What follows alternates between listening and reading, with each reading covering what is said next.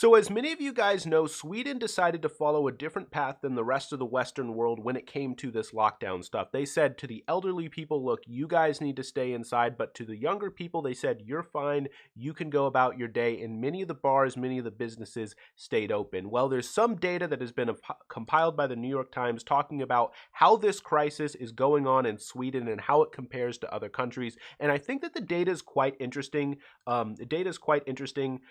You can see here, this is just sort of a colored graphic of how death increased, but I think that this chart here down here is actually much, much more useful. So you can see here, Sweden saw a 27% increase in death compared to normal. And you can see, though, there's a number of other countries who were significantly lower and a number of other countries who were significantly higher. You'll know that when it came to the United Kingdom, they initially were going to do a kind of herd immunity strategy along with Sweden, but then changed their mind when the numbers started shooting up and they had to lock down. But there is one significant major difference between a number of these countries which are above and compared to Sweden, which is that especially when it comes to the United Kingdom, you have a city like London where there is a lot of travel. And so places like the United Kingdom, for instance, places like Spain, Italy, and France were all countries that had a number of like multiple different kind of super seeder events at the beginning. So that could explain some of this data. Like it's not like just because the countries are all in Europe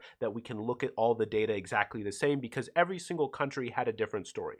But one thing is actually that is becoming particularly clear, and which is very interesting, is that in the case of Sweden, actually the number of people going to bars, the number of people going to businesses, the number of people just going out in general has actually declined, very similar to a number of the countries that actually did enforce lockdown. So it's an interesting situation where Sweden's own people, the Swedish people, are obeying, obeying quarantine and staying inside without being forced to by their government. Now, this is being used in as example. For instance, we saw Rand Paul say that America should now, move towards the Swedish strategy and just reopen things, and that should be the debate, and that should be how it moves forward. That's obviously, we're going to have to work that out. We're going to have to see how this debate plays out and moves forward. But one thing which we are seeing is that the Republican Party is beginning to move towards a strategy of reframing the debate towards reopening. So we've seen Mitch McConnell come out and he's talking about the debt and deficit right now. What that is, the reason why he's doing that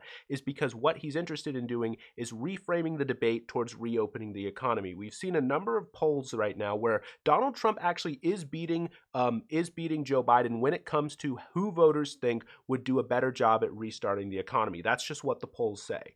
And so the hope of Republicans is that if we can reframe the debate to reopening the economy, then Donald Trump's approval ratings and Donald Trump's poll numbers will rise. However, when you look at polling, because when you look at polling compared to who they think would manage the crisis better, people do, on average, just the polls show people saying that they think Joe Biden would do a better job at managing the coronavirus crisis compared to Donald Trump. So that's why we're starting to see this shift in rhetoric from Republicans, because they think that it could be advantageous for them when it comes to the election in November. So I think that we're going to start to see a lot of comparisons, a lot of sort of people saying, oh, look at Sweden, look at Sweden, look at Sweden. The UK did much worse, but they had a lockdown. And, the point, though, that I do want to make is that all of these countries really are very different.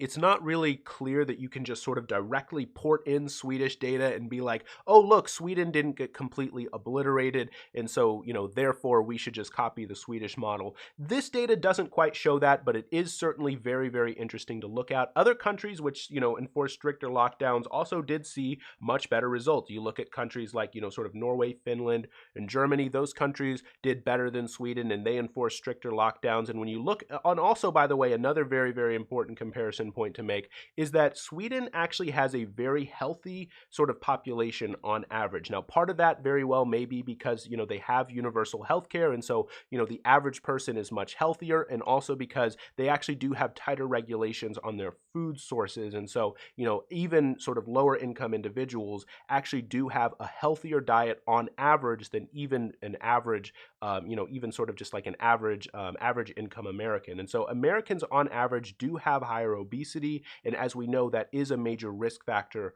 when it comes to the coronavirus. So, when you talk about issues like obesity, it's not quite clear that we can straight on sort of port over Swedish data to America, but that is, I suspect, something that we're going to see in the future as we follow as we sort of follow the political debates, and we're going to have to see, how this develops. Another thing that we're going to have to watch out for is we saw in Wisconsin after the court ruled that bars were open. There was all these scenes of just these packed bars, nobody wearing masks, and a bunch of people were going kind of crazy, talking about, like very upset, like, oh my gosh, look at all these people. And I think that that is going to be something which, we're going to have to watch in America, since we did have a lockdown.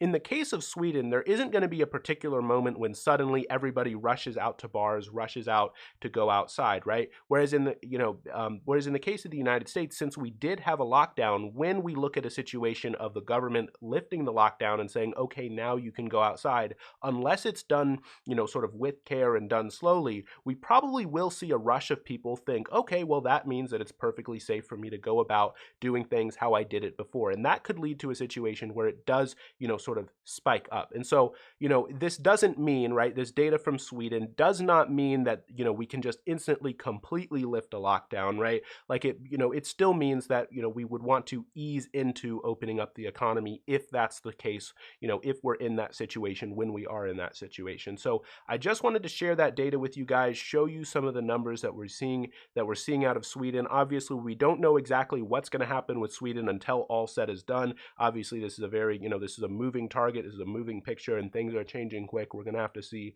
how it does going forward. But anyway, if you did like this video, I'd appreciate it if you hit the like button and consider subscribing. Thanks.